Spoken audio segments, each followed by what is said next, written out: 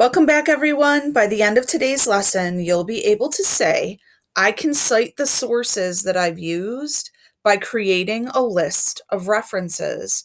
Writers always create a list of references or sources, or they cite the people that they've learned things from when they do research and information writing, and all kinds of other writing too, because it's really important to give credit to those whose work has informed or helped us create our own. Today, I'm going to show you how to create a citation for different kinds of sources. What sources are we going to include? It depends on the sources that helped you make the thing you made. You might remember in our previous lesson, we talked about how we might pick the best sources for our projects. And I talked about the fact that the best sources were free, that they were safe, easy to use, and easy to understand.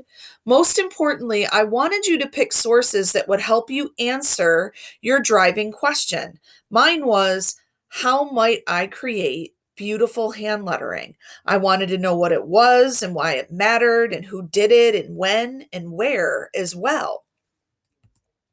My collection of potential sources to begin with included some books about handwriting, and I thought I might interview my friend Denise, look at some videos, check out some websites. Those weren't all of the sources I ended up using, though. My friend Denise, for instance, I didn't get a chance to talk to her. And as I started making my hand lettering, I encountered some problems, and those problems took me back to the internet to find some additional lessons to look at and articles from magazines and from a newspaper, too. So, creating a set of references typically looks like this in the end. This is an example of one. Hand lettering design, that very first entry, that's actually a website that I used.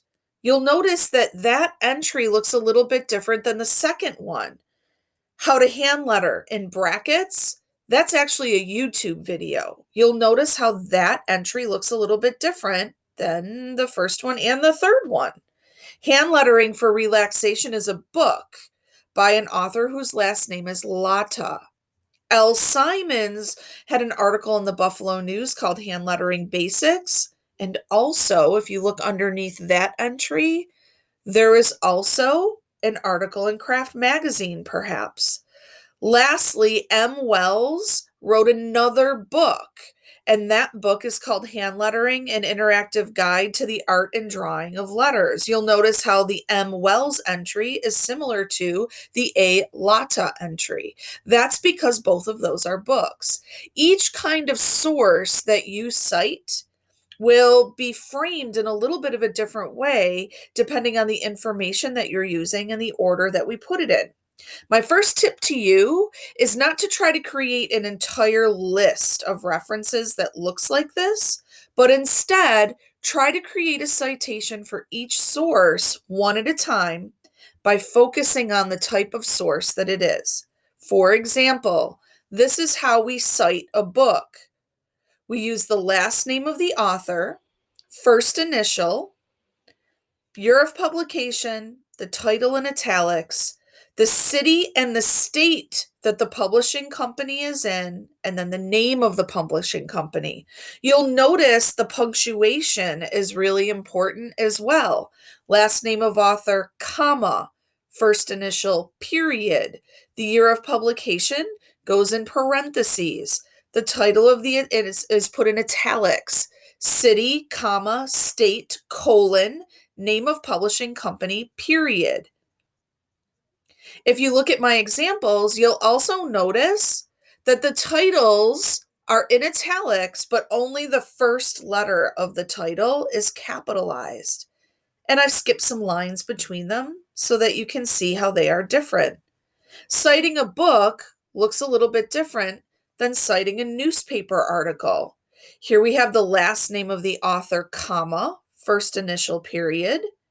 The year, the month, and the date of the publication in parentheses with a period. the article title with a period, and again, only the first letter is capitalized. The newspaper title is in italics, and then we have PP period standing for multiple page numbers, and here pages 3-4 period. Citing a newspaper article looks different from citing a magazine article. Here we want not only the last name of the author and the first initial, we also want the last initial of the author as well. Year, month, and publication, the article title, the magazine title, comma, volume, the issue if it's available as well. And then we don't use the letters PP, but we include just the page numbers. And in this case, it's pages 25 and 26. Now, you might be wondering, what if there isn't a volume or an issue? You'll just skip that, and I'll talk more about that in a little while.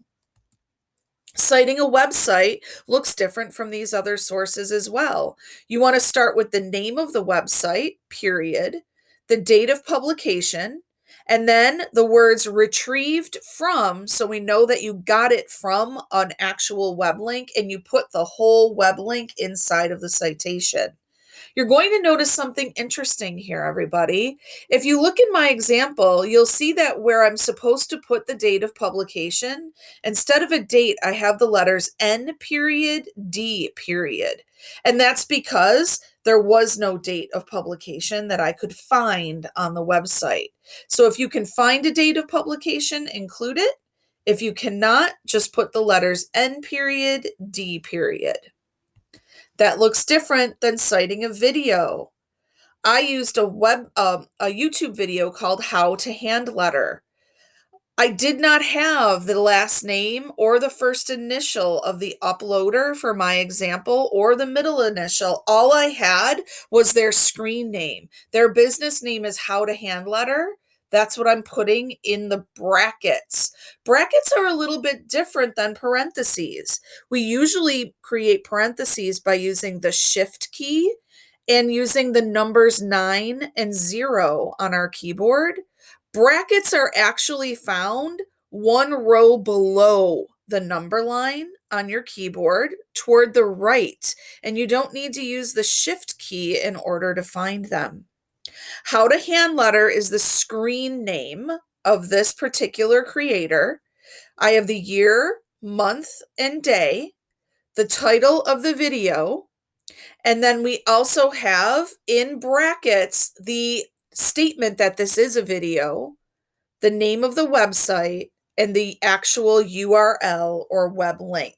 Now, I've noticed that I've made a little bit of an error here. There should be a comma after the month as well. So I'm adding that in for you so that you can see it. Take a peek. I just did a little bit of a revision there. Year, comma, month, comma, day. Then the title of the video.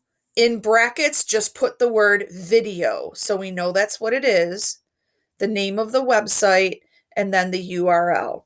Oh, one more little issue. Make sure you have a period after your URL as well.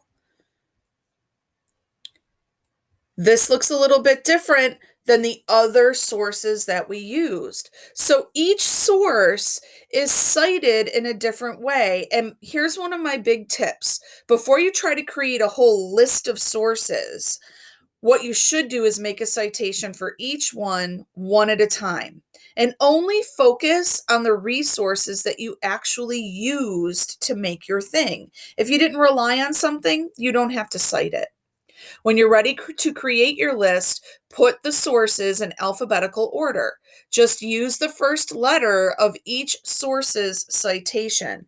Now, if I go backwards, you can see what I'm talking about here. Look at the first line, HHLSSW. The first letter of each citation is what I'm using to put them in alphabetical order. And you should know that I'm going to actually put that reference list in my example, in my links as well, so that you can look at it separately if you want to. Now, here's something that's very common. Sometimes you won't be able to find all of the information you're looking for.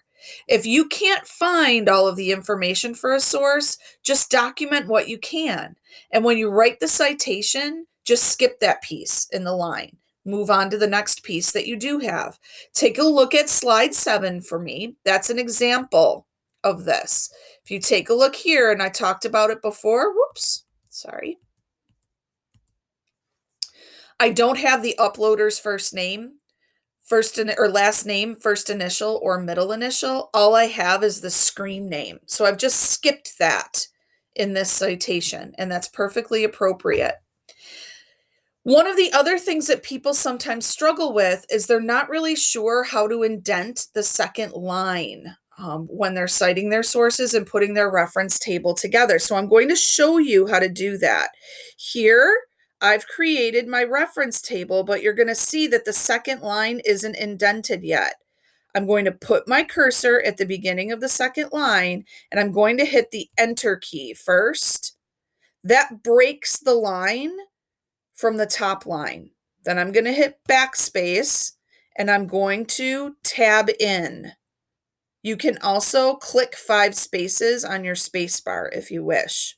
Let's try that again on the second line. I'm going to hit the Enter key, then the backspace key, then the tab key. We'll try it one more time with this third one. I'm going to hit the Enter key, then the backspace key, then the tab key. That will help you create a reference table that's accurate and that looks just like the kind that real writers put at the end of their books. Make sure that you keep photos or at least a list of all of your sources, including your web links, because this will help your teacher find them. And if you're struggling to put your reference table together, this will help your teacher help you through the process a little bit too. You'll know that you're done with today's lesson when you have completed your citations and your reference table. If you have questions, reach out to your teacher, and if he or she can't help you, they'll reach me. I hope that you have a really great rest of your day, everybody, and I will see you at the start of the next lesson.